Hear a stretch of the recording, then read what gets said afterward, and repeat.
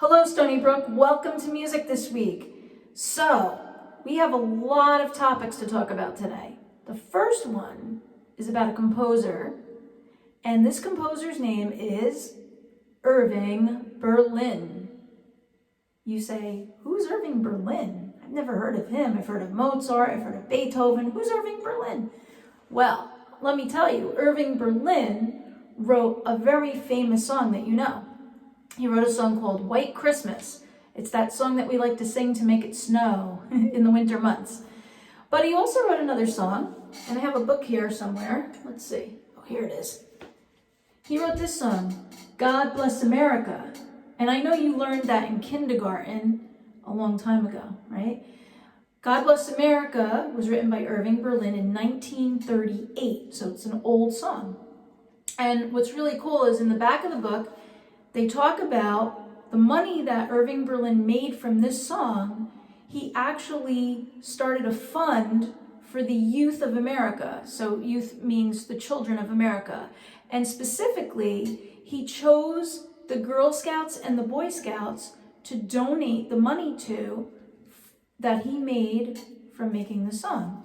So that was really nice of him. So let's hear it for Irving Berlin. Yay, Irving Berlin. Okay. So what I'm going to do is I just want to go over the words real quickly with you. The words are, God bless America, land that I love, stand beside her and guide her through the night with the light from above. From the mountains to the prairies to the oceans white with foam.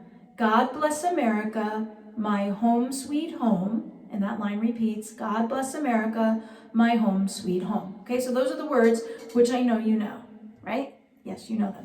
Okay, now let's go to the computer for a minute. I know you can't see my screen, and I don't want to move the video too close because I want to keep everything in focus here.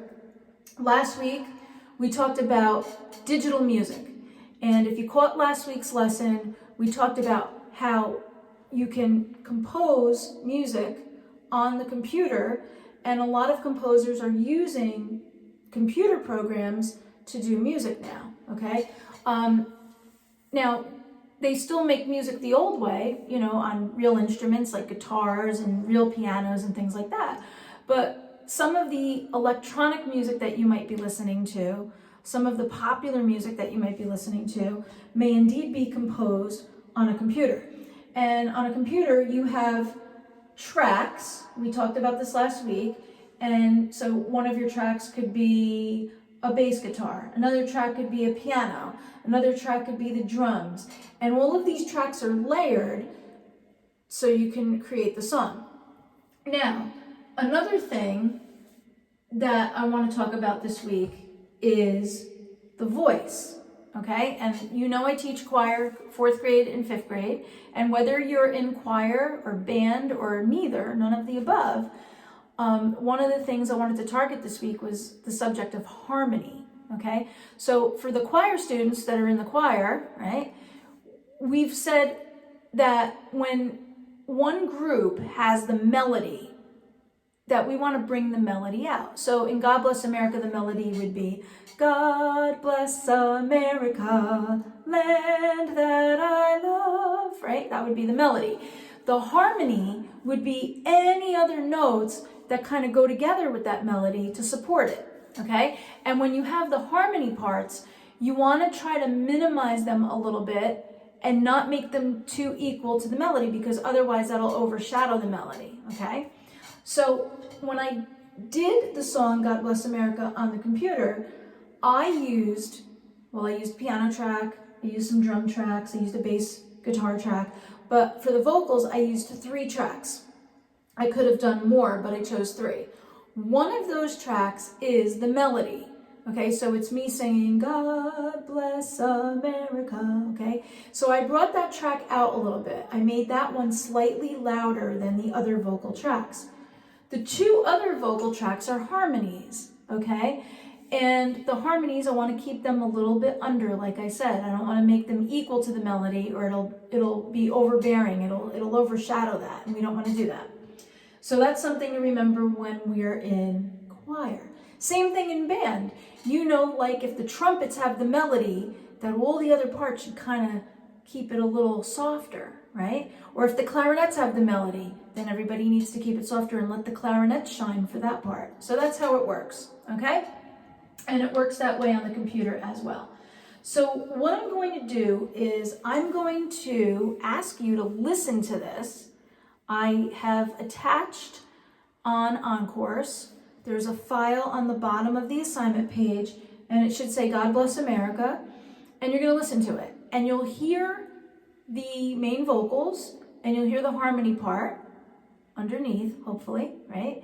And then after I'm done singing, you can sing, okay? You can sing the melody, all right, which is familiar to you, okay? And what I used to like to do when I was a kid, as young as 3rd grade, 4th grade, 5th grade, just like you at your age, I used to try to create harmony parts.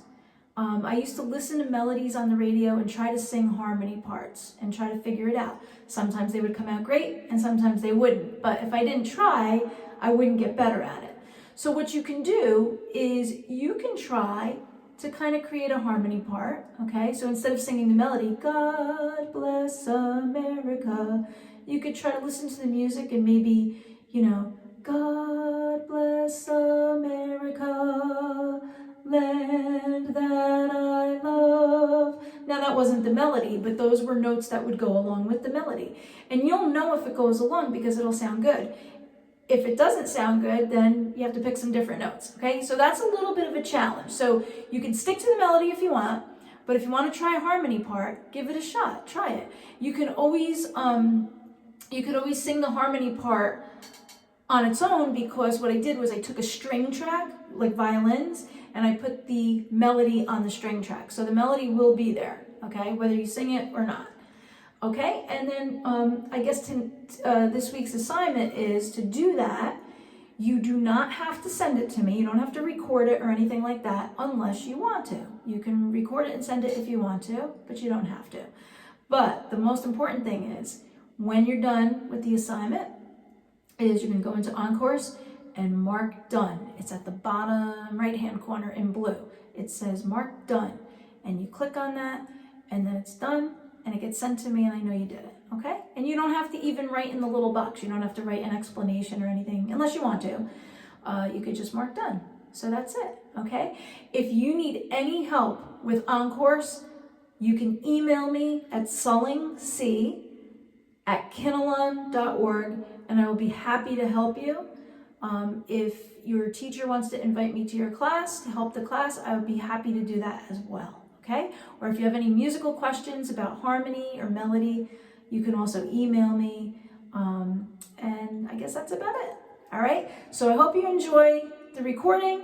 I hope you enjoyed the lesson on Irving Berlin. And I'm trying to tie it all into the digital music. And I will see you next time. Have a great day. Bye.